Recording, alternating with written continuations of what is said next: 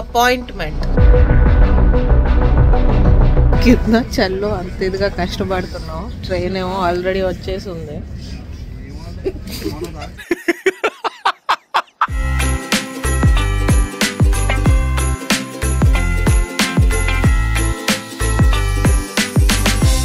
మీది కూడా హైదరాబాదేనా?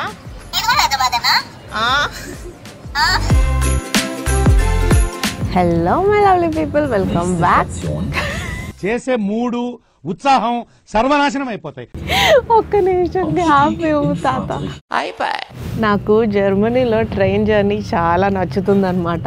చూడండి అసలు ఎంత బ్యూటిఫుల్ గా ఉందో కదా అసలు. Hello my lovely people, welcome back to my channel కార్తికాయ్స్. నేను మీ కార్తిక. అందరు ఎలా ఉన్నారు? స్టార్ట్ చేద్దామా సార్? ఈ రోజు నేను జర్మనీలోనే one of the beautiful fairy tale town అయిన రోతన్బర్గ్కి వెళ్తున్నాను. మీకు కూడా చూపించబోతున్నాను. Let's get into the video. మెయిన్గా అయితే నేను క్రిస్మస్ మార్కెట్ కోసం వెళ్తున్నాను అనమాట. యాక్చువల్గా రోతన్బర్గ్లో క్రిస్మస్ మార్కెట్ చాలా బాగుంటుందని విన్నాను. న్యూరంబర్గ్లో 2 years నుండి ఉన్నా కానీ నేను రోతన్బర్గ్కి వెళ్ళడానికి కుదరలేదు. మెయిన్ రీజన్ ఏంటంటే కనెక్షన్స్ అనమాట.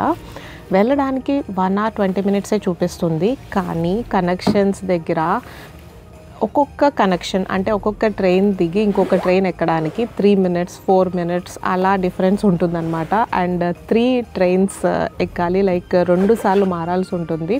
అది కూడా ప్లాట్ఫామ్ 2 నుండి ప్లాట్ఫామ్ 5కి అలాగా వెళ్ళాలి. ఒకవేళ అది మిస్ అయితే మాత్రం ఇలాంటప్పుడే గుండె రాయి చేసుకోవాలి. ఇంకొక 1 hour వెయిట్ చేయాలన్నమాట. సో అలాగా ఆల్మోస్ట్ 3 hours పడుతుంది వెళ్ళడానికి. సో 3 hours పైనే పడుతుంది. సో అందుకని ఎప్పుడు అంత ధైర్యం చేయలేదు. కానీ ఈసారి డిసెంబర్లో క్రిస్మస్ టైంలో వెళ్ళాలి అని నేను ఎప్పటి నుండో అనుకున్నాను. సో ఈరోజు ఇలా కుదిరింది, సింధూర వచ్చాక అది కూడా. సో క్రిస్మస్ మార్కెట్ చూడాలి అని చాలా ఎక్సైటింగ్గా ఉంది. అండ్ ఈరోజు ఏమైందంటే మార్నింగ్ నాకు అసలు ఫుల్ జలుబు చేసేసి తొందరగా లెగవలేదన్నమాట.